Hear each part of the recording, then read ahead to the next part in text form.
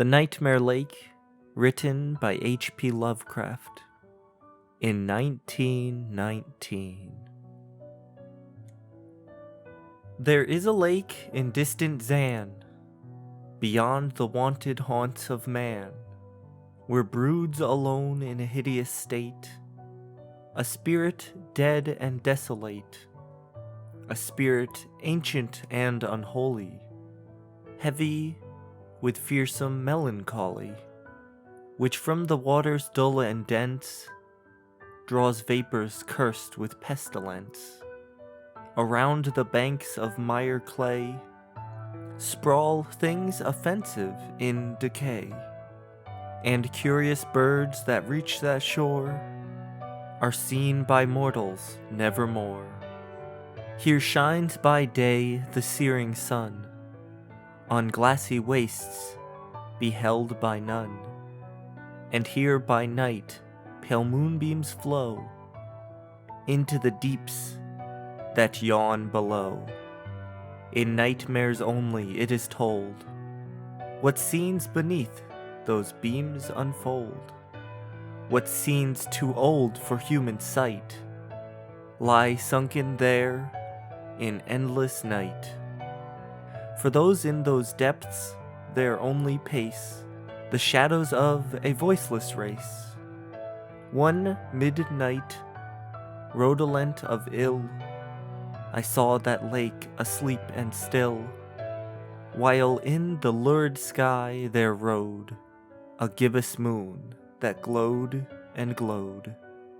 I saw the stretching marshy shore, and the foul things those marshes bore, lizards and snakes convulsed and dying, ravens and vampires putrefying, all these and hovering o'er the dead, necrophagy that on them fed.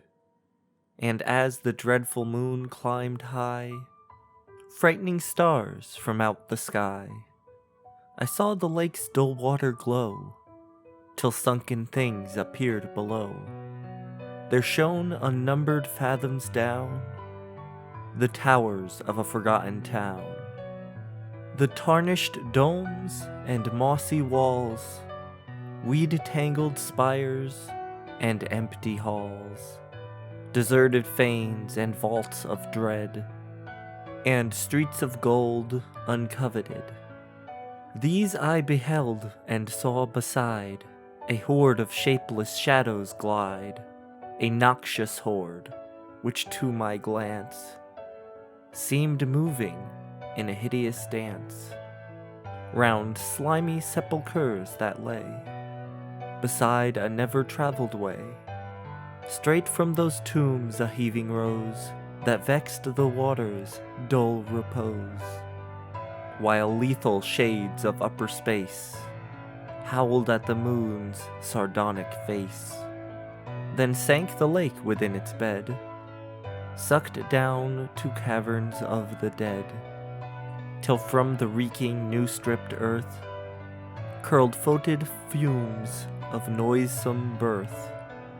Above the city, nigh uncovered, a monstrous dancing shadows hovered, when lo, there opt, with sudden stir, the portal of each sepulchre. No ear may learn, no tongue may tell, what nameless horror then befell. I see that lake, that moon a-grin, that city, and the things within. Walking, I pray that on that shore the Nightmare Lake may sink no more.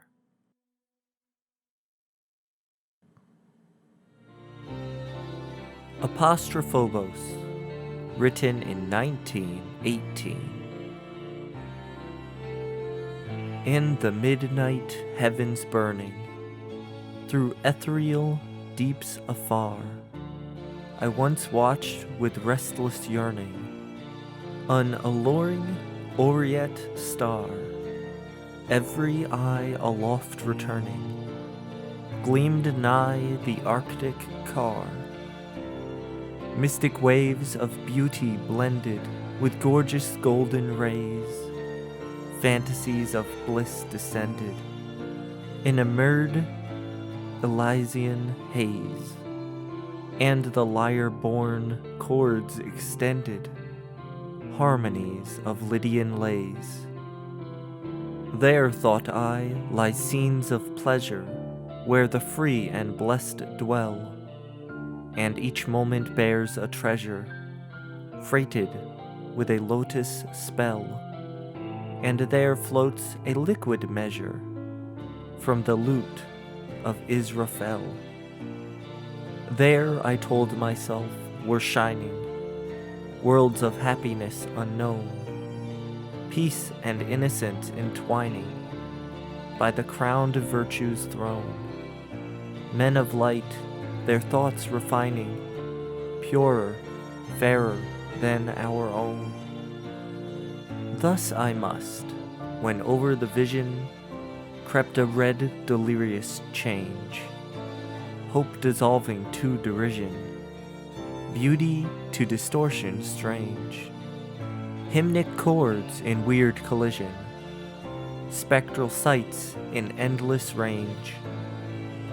Crimson burned the star of sadness, as behind the beams I peered. All was woe that seemed but gladness, ere my gaze with truth was seared. Cacodemons mirrored with madness, through a fevered flickering leered. Now I know the fiendish fable that the golden glitter bore. Now I shun the spangled sable that I watched and loved before. But the horror, set and stable, haunts my soul forevermore.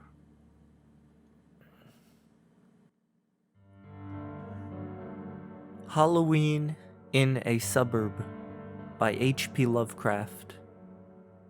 Written in 1926. The steeples are white in the wild moonlight, and the trees have a silver glare. Past the chimneys high see the vampires fly, and the harpies of upper air that flutter and laugh and stare. For the village dead to the moon outspread never shone in the sunset's gleam, but grew out of the deep that the dead years keep, where the rivers of madness stream down the gulfs to a pit of dream. A chill wind weaves through the rows of sheaves in the meadows that shimmer pale, and comes to twine where the headstones shine, and the ghouls of the churchyard wail for harvests that fly and fail. Not a breath of the strange grey gods of change that tore from the past its own can quicken this hour when a spectral power spreads sleep over the cosmic throne and looses the vast unknown. So here again stretch the vale and plain that moons long forgotten saw, and the dead leap gay in the pallid ray sprung out of tomb's black maw to shake all the world with awe. And all that the morn shall greet forlorn, the ugliness and the pest of rows where thick rise the stones and brick shall some day be with the rest, and brood with the shades unblessed. Then wild in the dark let the lemurs bark, and the leprous spires ascend, for new and old alike in the fold of horror and death are penned, for the hounds of time to rend.